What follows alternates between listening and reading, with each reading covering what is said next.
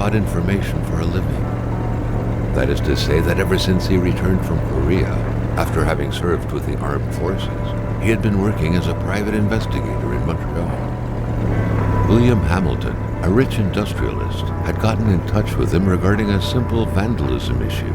Nothing to write home about. Not worth hiring a private eye either, just so he can drive for hours on rough roads. But that's how it had always been. The client pays, Carl gets it done.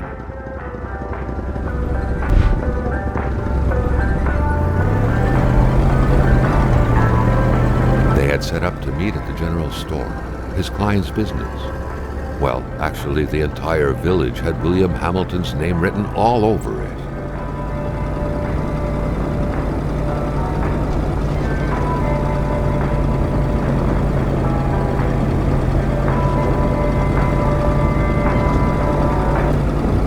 When the roads were bad, muddy, or snowed in, it was customary around these parts to close them off. But it was also customary to ignore those signs entirely and drive there anyway.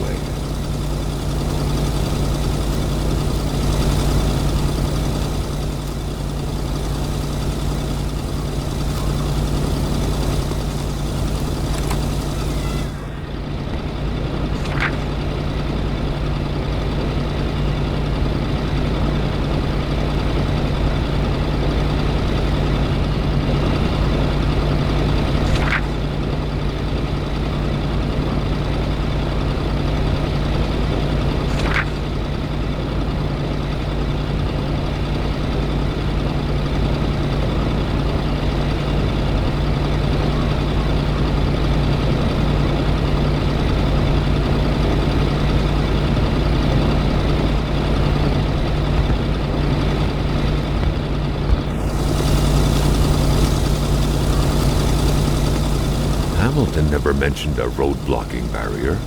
Why was it needed here in the back of Beyond? That would, however, be a mystery for another day. Carl had waited long enough for someone to come and raise it. Still not a soul in sight. There was no point in waiting any longer. Carl had to figure this one out by himself.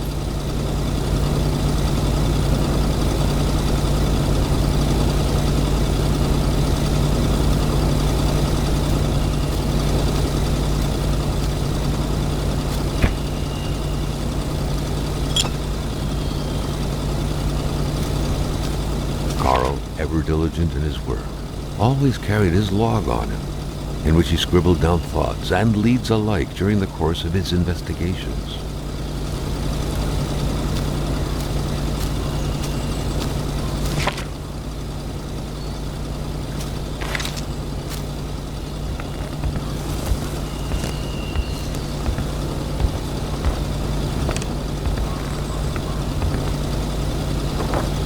Emperor Duplessis, in spite of his conservative agenda, did a good job in colonizing the rural north, which helped to re-establish the region as an integral part of the province of Quebec.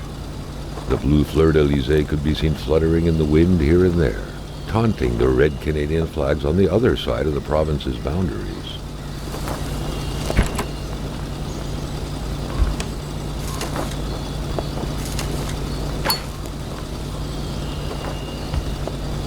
The Polaroid, Carl's long-standing and faithful ally, had seen a share of husbands caught red-handed cheating. There's always something out there waiting to be snapped away.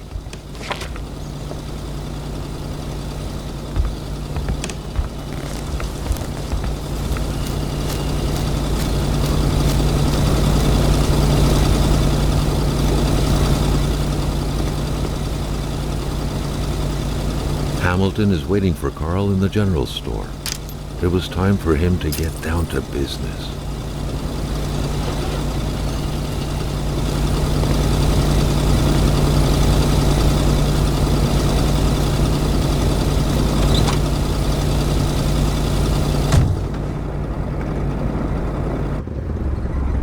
William Hamilton enjoyed a lavish country house built in the very heart of the northern forests, not too far from here. The local populace was divided when it came to the affluent man. Some saw a wealthy philanthropist dedicated to improving the region's economy. others an aging Englishman who would do anything to further his fortunes. And those ones hated him enough to go on about scheming against him. Hamilton had recently acquired a few local businesses, but the last straw was the reopening of a mine, which gave rise to a wave of protests and threats from the Cree people. Given these circumstances, Carl reckoned that a good number of people must be feeling compelled to oppose Hamilton in one way or another. So far, only the industrialist's house had been a target, but soon enough, Carl thought, the target would become the man himself.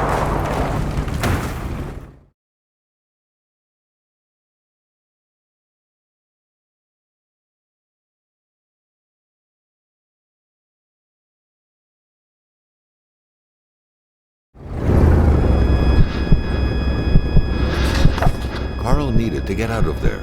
The cold and the pain required urgent care.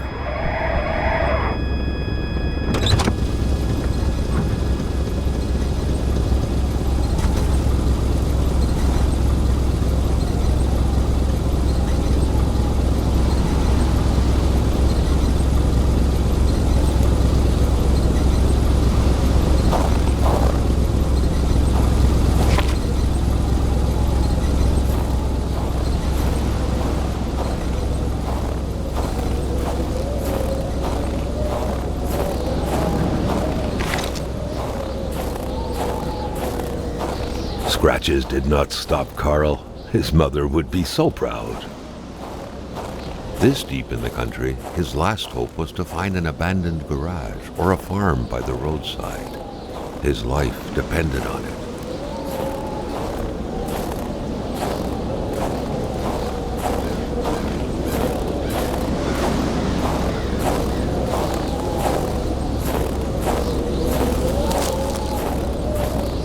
It was so cold. Already Carl did not feel his toes anymore.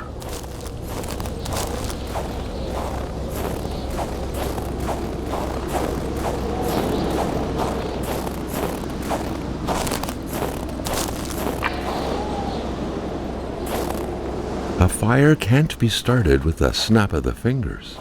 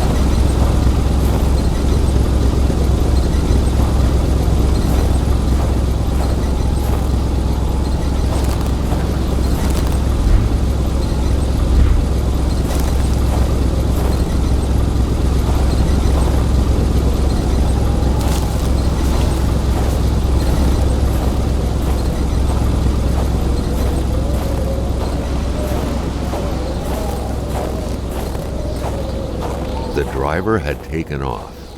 It was still best to check it out and leave nothing to chance. Carl needed help. It was a small, locked box engraved with the letters W.H. Carl thought about taking it. Nothing was to be left to chance.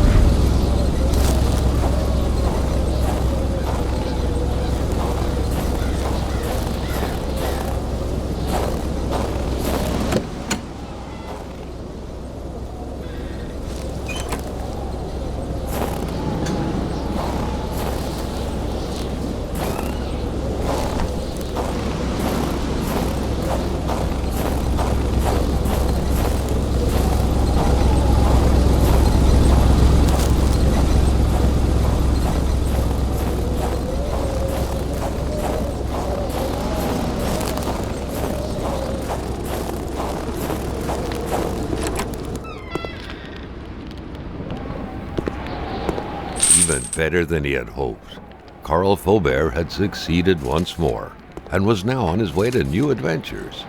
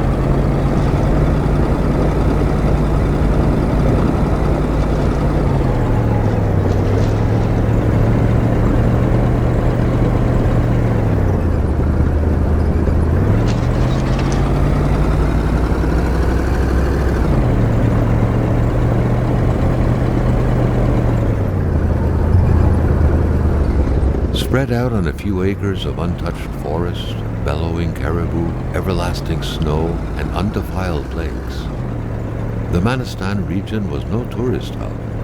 It was said to have been populated for millennia by Cree people, and ever since the industrial era, by the metal mining industry.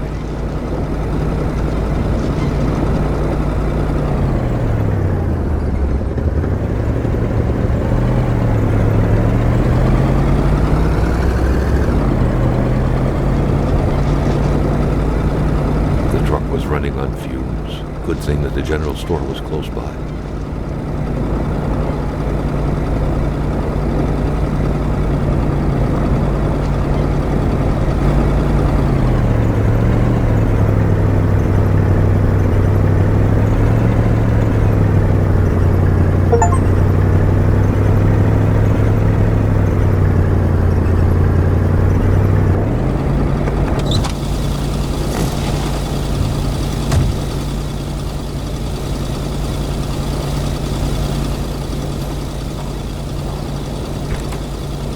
The milkman had to drive by every week to fill the bottles. The fresh milk indicated a recent visit.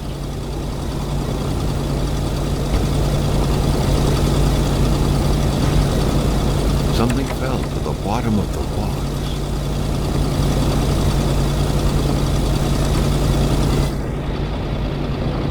Carl had no trouble recognizing his employer. He had been killed. There was no need to be a detective to figure that out. But only a detective could have noticed that the killer had to have been very close, that the fatal blow had been given before the victim even realized.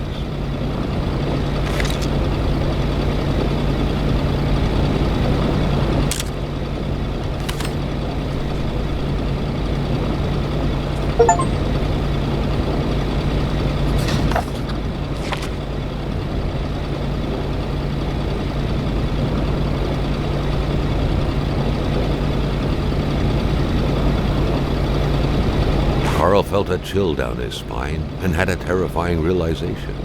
If Hamilton was dead, then who was going to pay him? What could be inside that envelope? Carl was taken aback. He knew this address. It was said to be the address of the P.O. box for the Canadian Secret Service.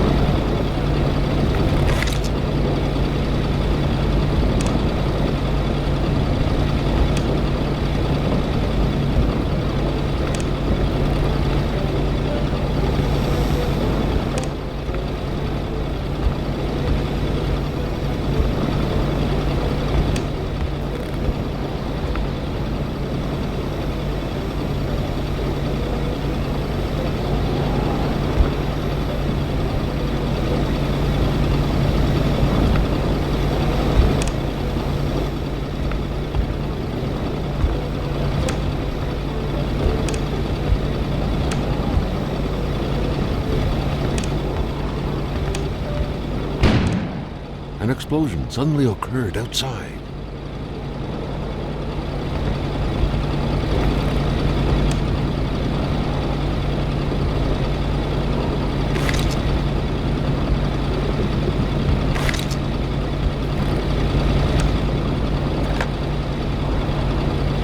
The snowstorm pummeled everything in its path.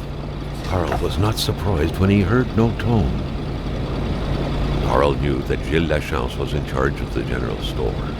That made him one of Hamilton's employees. A very angry employee, as Carl could plainly see.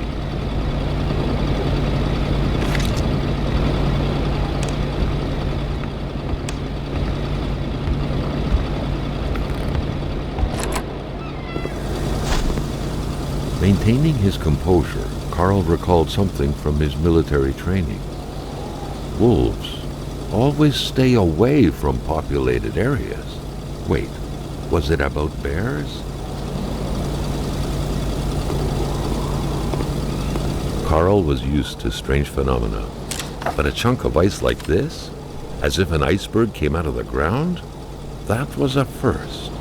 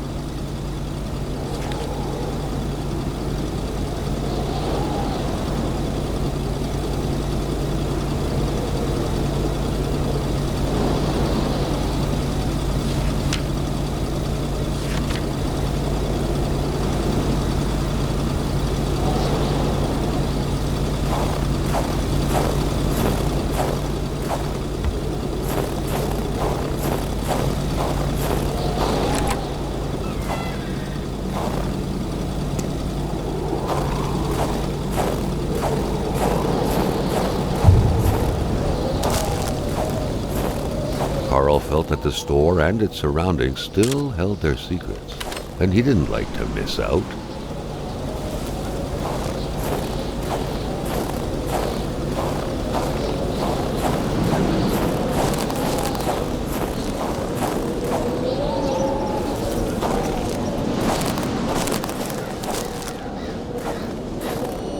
Carl wondered what the hell could that thing be. It looked like a man fossilized in ice.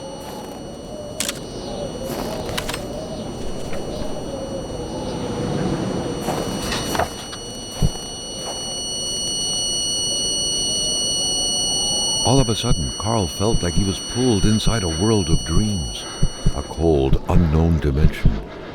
Somehow, self-control was slipping from his grasp.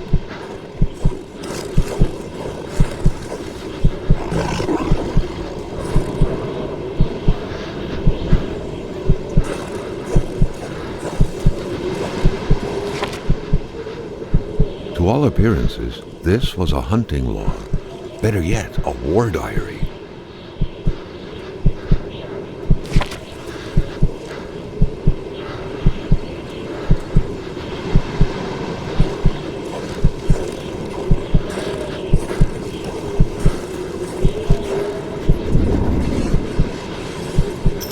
What could these engraved numbers mean? A fresh path suddenly appeared before Carl.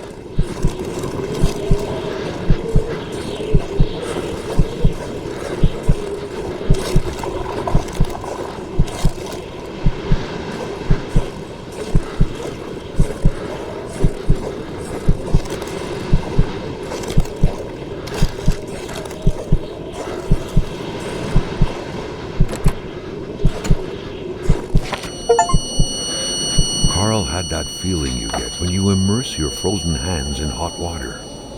What happened? Now at least he knew who the unfortunate man petrified in ice was. Gilles Lachance, the general store's manager himself. That had to be the worst parking job ever. Who was Carl to judge, though? It may be customary to park like that around these parts. Or not.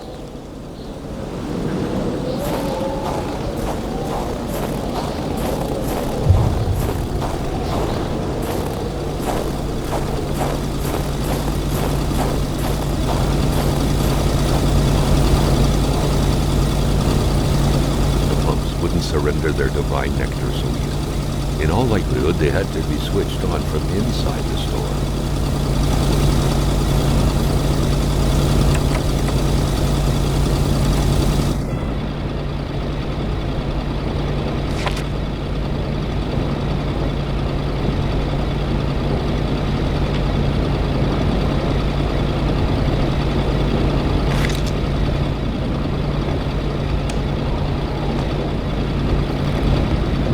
A radiator without power is as good as a wood stove without logs.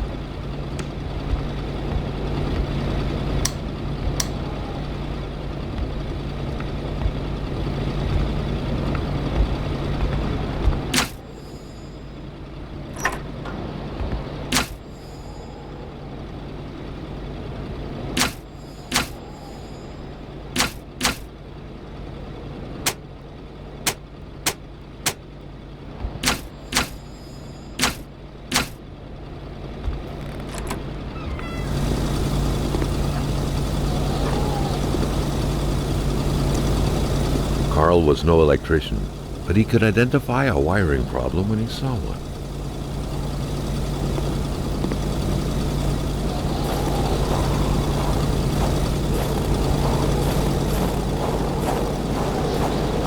Carl's scout training was buried deep in his memory.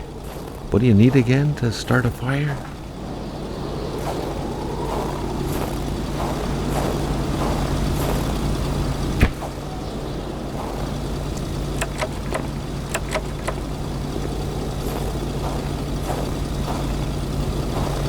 Carl wondered how long he would have to endure this skin-stinging cold.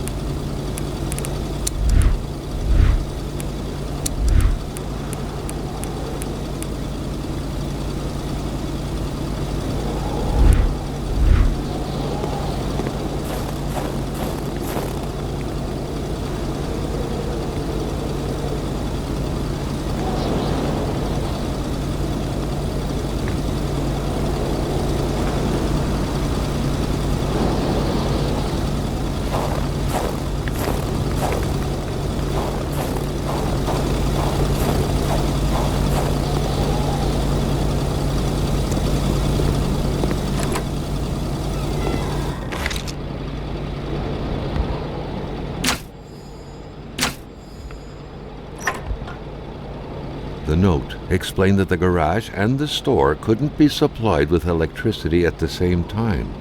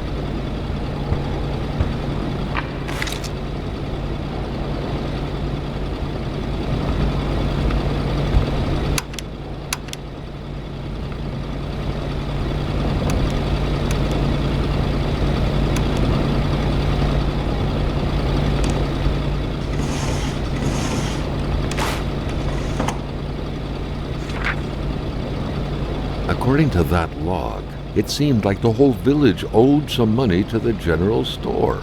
Carl was far more interested in the bunch of nearby addresses he had just gotten his hands on, though.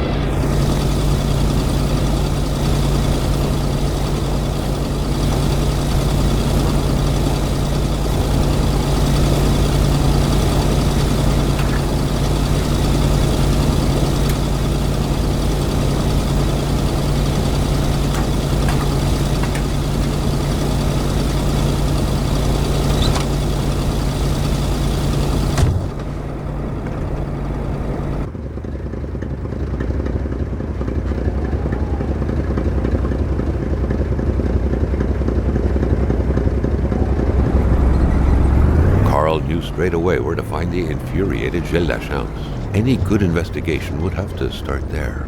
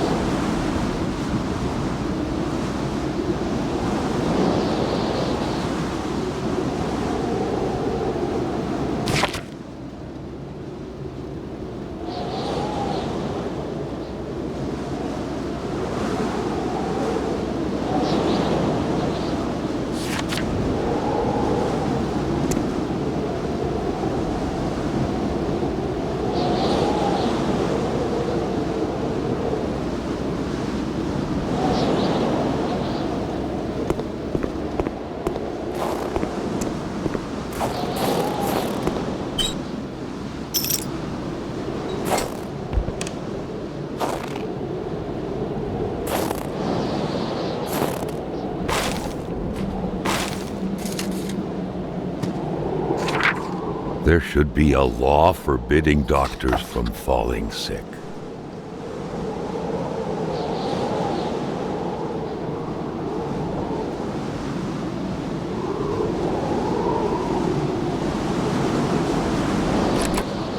In spite of Dr. Beaupré's goodwill, the place didn't look much like a physician's office.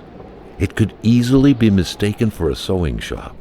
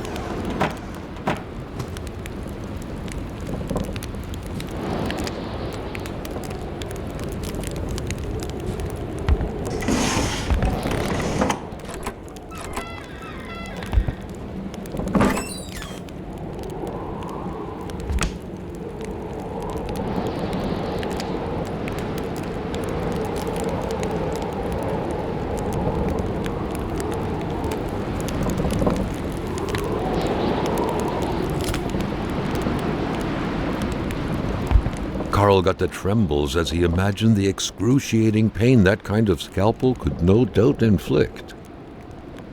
Within these miserable walls, patients probably felt more like in a slaughterhouse than in a doctor's office.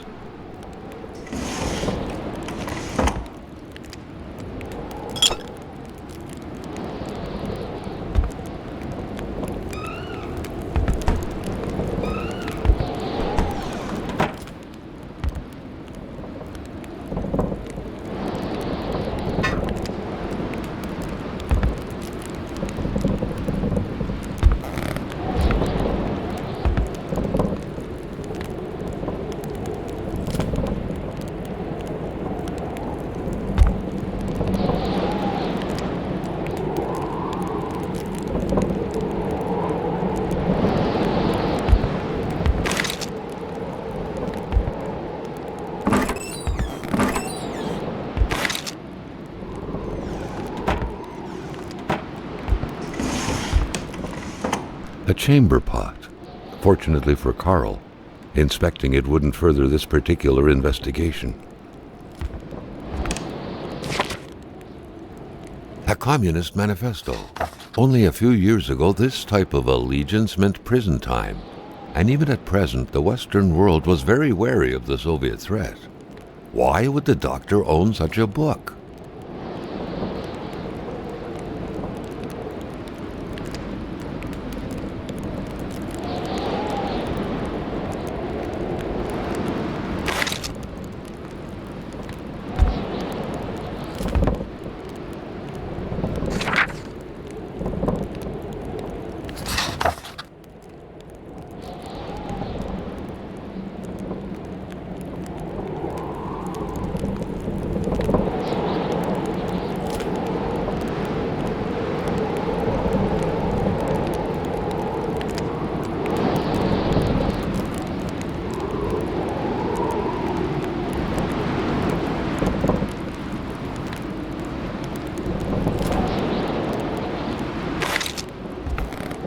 The good doctor, flanked by his beautiful spouse.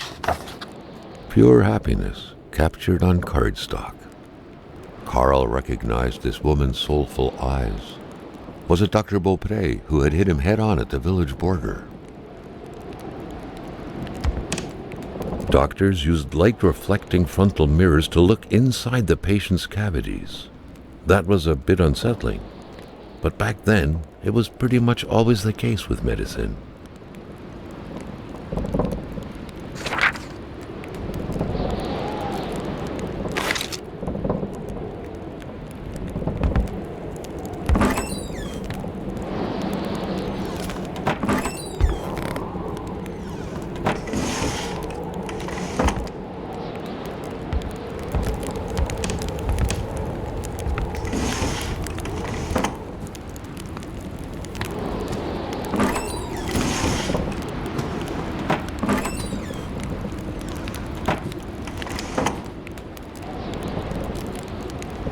For the one-eyed, or for other vision problems, the eye patch was the way to go.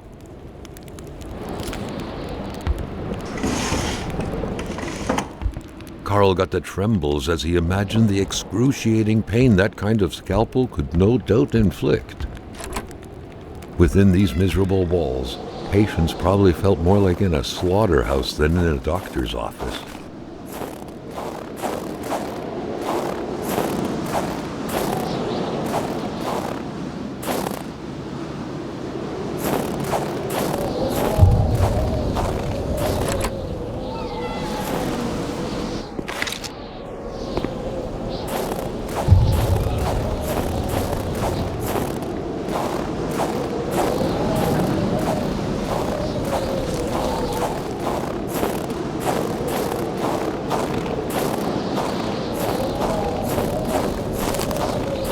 Great care had to be taken searching this place full of oddities.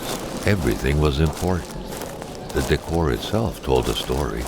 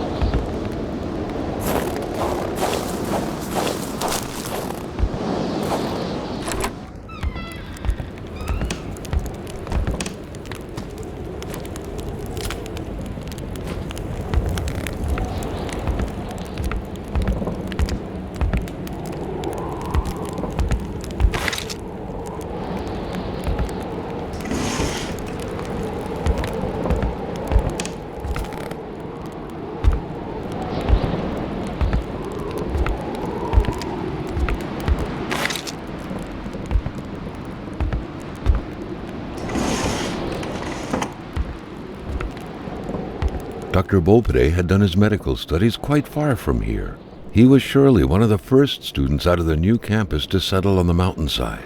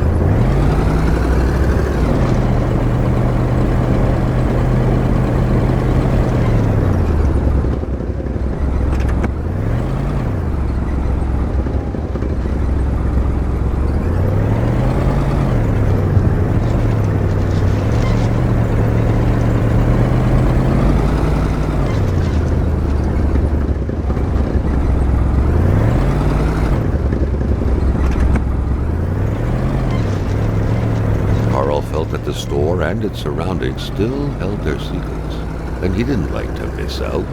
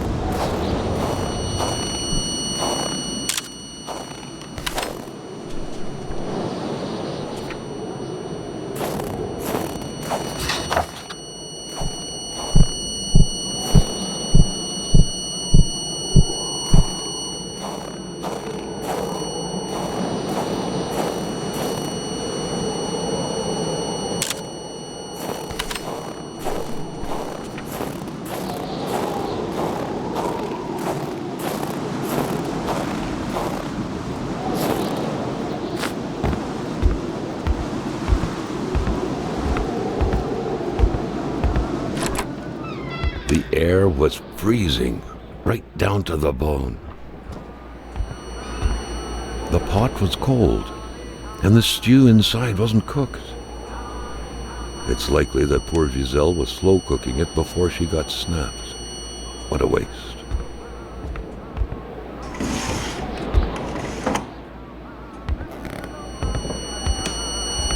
The otherworldly ice had struck again. The woman's hopes and dreams were frozen in eternity. Carl felt a cool, tingling sensation in his back. Another vision took over him.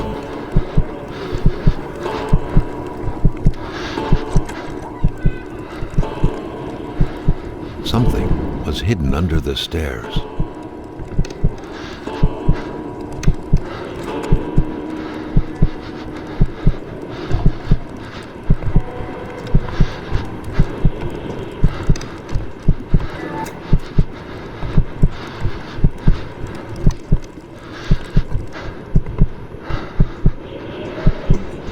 The man grabbed his rifle.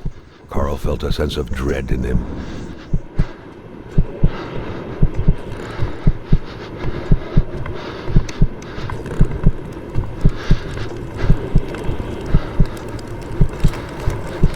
Perhaps their spousal relationship had been cooling down lately.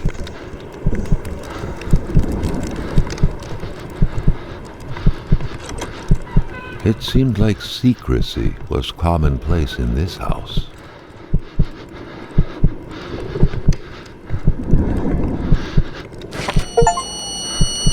The vision's veil was lifted, and he was back to reality.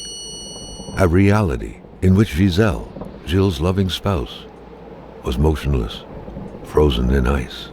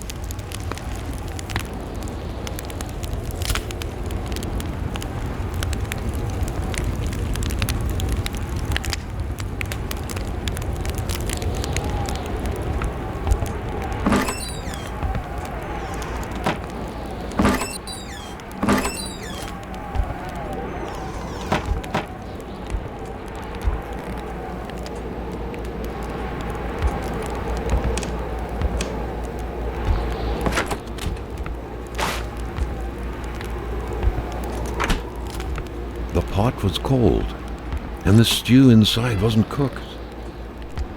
It's likely that poor Giselle was slow cooking it before she got snapped. What a waste. Carl had seen that kind of safe before.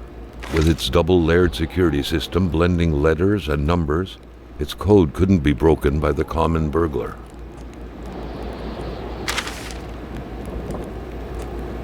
The general store, along with several more infrastructures in the area, had been acquired by wealthy industrialist William J. Hamilton. Perhaps the village should be rechristened Hamiltown.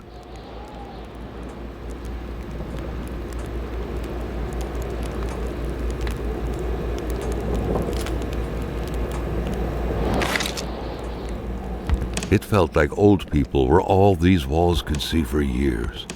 The Lachances could hardly be blamed for wanting to freshen things up a bit.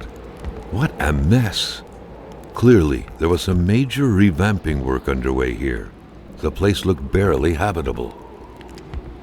A nice white coating would restore the room to its charm of olden days. Many boxes scattered about. Carl didn't need to summon his detective training to quickly figure that the Lachances had just moved in.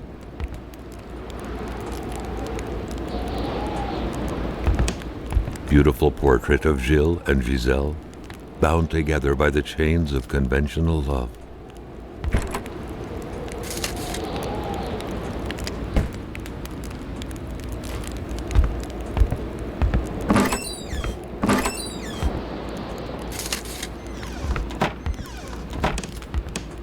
A nice white coating would restore the room to its charm of olden days. Many boxes scattered about. Carl didn't need to summon his detective training to quickly figure that the Lachauses had just moved in.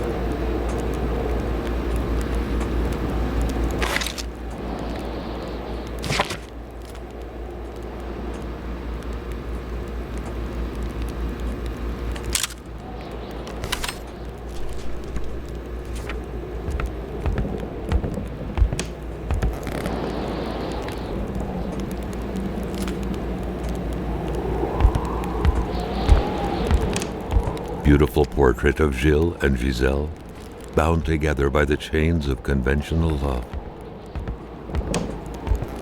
It felt like old people were all these walls could see for years. The Lachauses could hardly be blamed for wanting to freshen things up a bit.